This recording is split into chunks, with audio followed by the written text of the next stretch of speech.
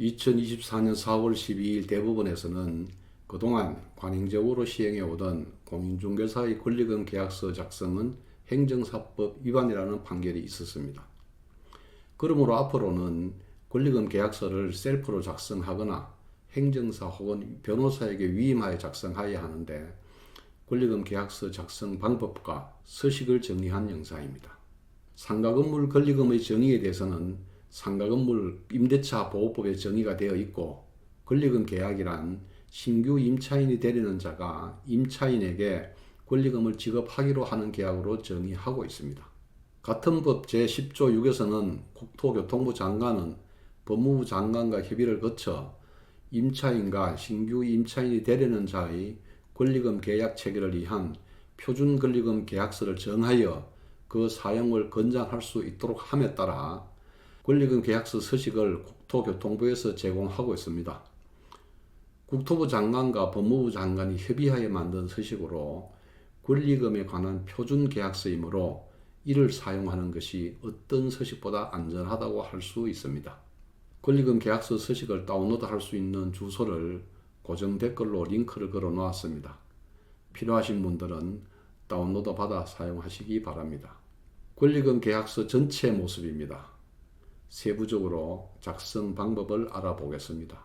권리금 계약서는 임차인과 신규 임차인이 되려고 하는 사람이 작성하는 것으로, 임차인 안에는 현재의 임차인을, 신규 임차인 안에는 임차인이 되려는 사람의 이름이나 법인명을 기록합니다. 임대차 목적물을 기록하는 란입니다. 임차인이 임차하고 있는 부분을 세밀하게 확인하여 기록합니다. 임대 면적은 건축물 대장을 확인하고 작성하거나 건축물 대장과 다른 부분이 있다면 실측을 하여 기재하고 실측 면적임을 기록합니다. 구분 건축물의 호실을 임대하였다면 호실 명칭을 기록합니다. 허가등록번호는 인수인계하는 업종의 허가등록번호나 사업자 등록번호를 기록합니다. 임차인의 임대차 현황을 작성하는 란입니다. 건물주나 임차인은 자세히 적는 것을 꺼리는 경우도 있으나 신규 임차인 입장에서는 최대한 사실대로 작성합니다. 다음은 권리금 지급에 관한 사항입니다. 권리금 지급은 계약금, 중도금, 잔금으로 지급하는 경우도 있으나 대부분의 경우에는 계약금과 잔금으로 진행하는 것이 일반적이며, 계약금은 권리금의 10% 정도로 하는 것이 일반적입니다. 그리고 권리금 계약에 있어서 신규 임차인과 건물주 사이에 임대차 계약을 함에 있어서 신규 임차인이 기책 사유 없이 임대차 계약이 체결되지 못하였다면 임차인은 신규 임차인에게 받았던 계약금을 돌려주어야 합니다. 그래서 권리금 잔금 일자 이후에 신규 임차인과 건물주가 임대차 계약을 체결하는 경우에 그 임대차 계약 체결일을 기준으로 잔금을 지급하면 됩니다. 이에 관한 설명이 잔금란에 기록되어 있습니다. 그러므로 신규 임차인은 건물주와 계약을 하고 그날 잔금을 입금하면 됩니다.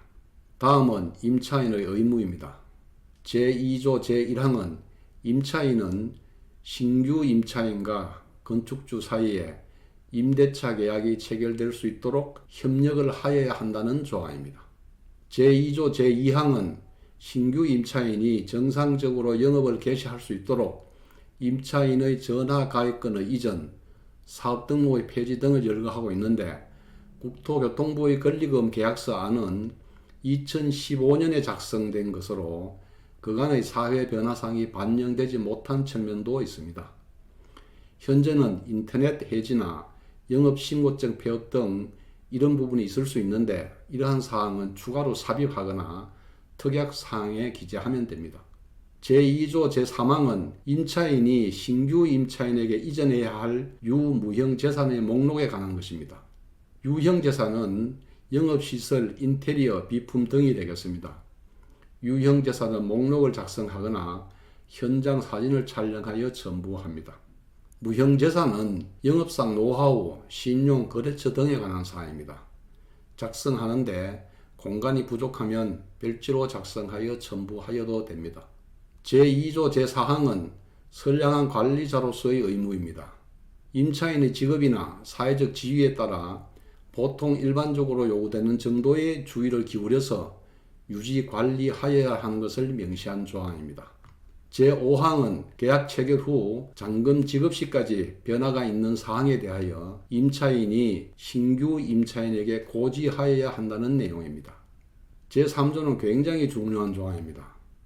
건물주와 신규 임차인 사이에 문제가 생겨서 임대차 계약을 체결되지 못하는 경우가 있습니다.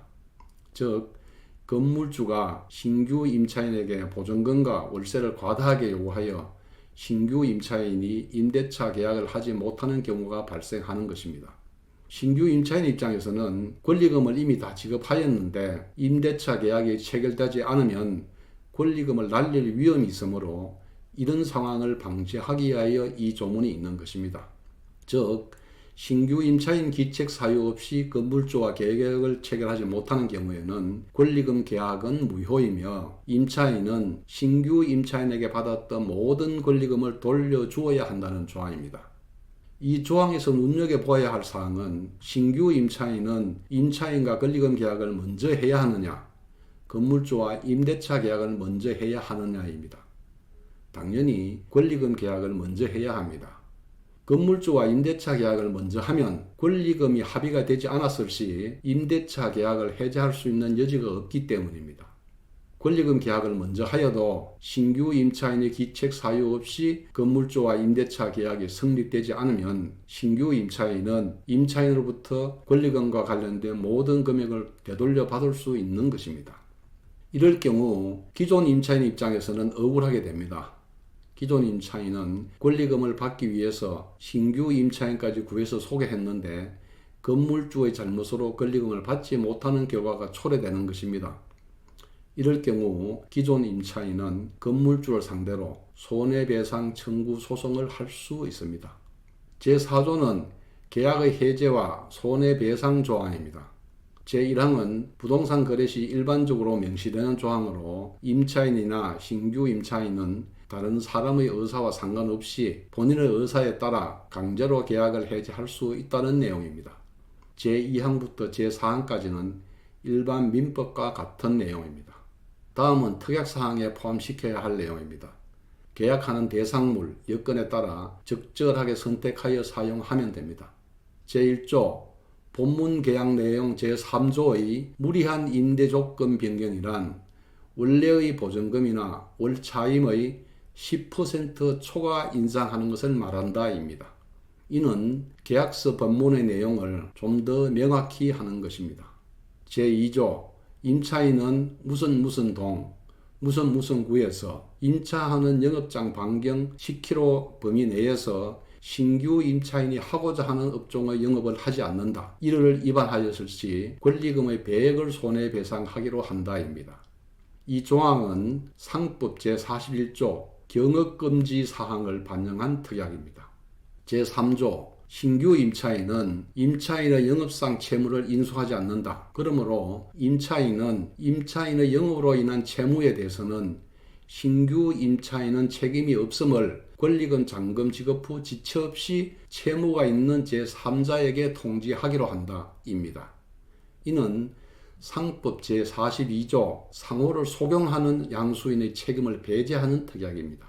제4조 임차인이 신규 임차인과 권리금 계약을 하는 상가에서 발생한 공과금 등 채무를 권리금 잔금 지급 시까지 상환하지 못하였을 경우에는 권리금 잔금 지급 시 임차인이 상환하지 않은 채무를 공제하고 잔금을 지급한다.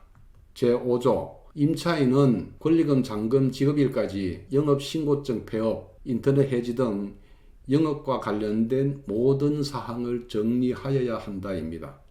이는 앞서 본 계약 내용에서 전화 가입권의 이전, 사업 등록의 폐지가 포함되어 있으나 추가로 필요한 사항을 꼼꼼히 확인하여 특약에 반영하면 분쟁을 예방할 수 있습니다. 제6조 신규 임차인은 임차인에게 경제적 능력을 입증하는 자료를 제공한다입니다. 이는 임차인이 건물주를 상대로 권리금 손해배상 청구 소송을 해야 하는 상황이 발생할 경우 신규 임차인에 대한 경제적 능력에 관련된 자료를 제공해야 합니다. 그러므로 임차인의 입장에서 필요한 특약입니다. 제7조 권리금에 대해 세금 신고하기로 한다 혹은 하지 않기로 한다입니다. 권리금에 대한 세금 신고 여부는 명확히 하는 게 좋습니다. 가급적 신고하는 것으로 결정하는 것이 타당합니다. 제8조 승계되는 직원의 잔금 지급 시까지 발생한 퇴직금에 대해서는 임차인이 부담한다입니다. 당연한 사항이지만 분쟁을 예방하기 위해 필요한 특약입니다. 제9조 신규 임차인은 사용할 용도에 대해 영업 관련 모든 인허가 사항을 확인하고 권리금 계약을 한다. 따라서 인허가가 불가능하여 권리금 계약을 해지할 경우 신규 임차인은 계약금을 포기하고 해지할 수 있다입니다. 이는 신규 임차인의 확인 의무에 대한 내용입니다. 제10조 임차인은 잔금 지급일까지 임차인의 영업과 관련된 행정처벌, 기타 공법사항의 제한 등으로 권리 양수의 지장을 받아 신규 임차인이 신규 영업이 어려운 경우 본 계약을 무효로 하고 권리금과 관련하여 받은 대금을 반환하기로 한다. 또한 임차인의 행정처분에도 불구하고 신규 임차인이 영업 개시를 할 수 있다 하더라도 그 해결은 임차인이 책임을 지기로 하며 이로 인하여 신규 임차인이 불이익을 본 경우에는 그 손해액을 임차인이 배상하기로 한다입니다. 이는 임차인의 의무를 규정한 내용입니다. 제11조 계약일 현재 무슨 시설, 무슨 집, 무슨 타운에 있는 인계 인수 인원은 몇 명이다.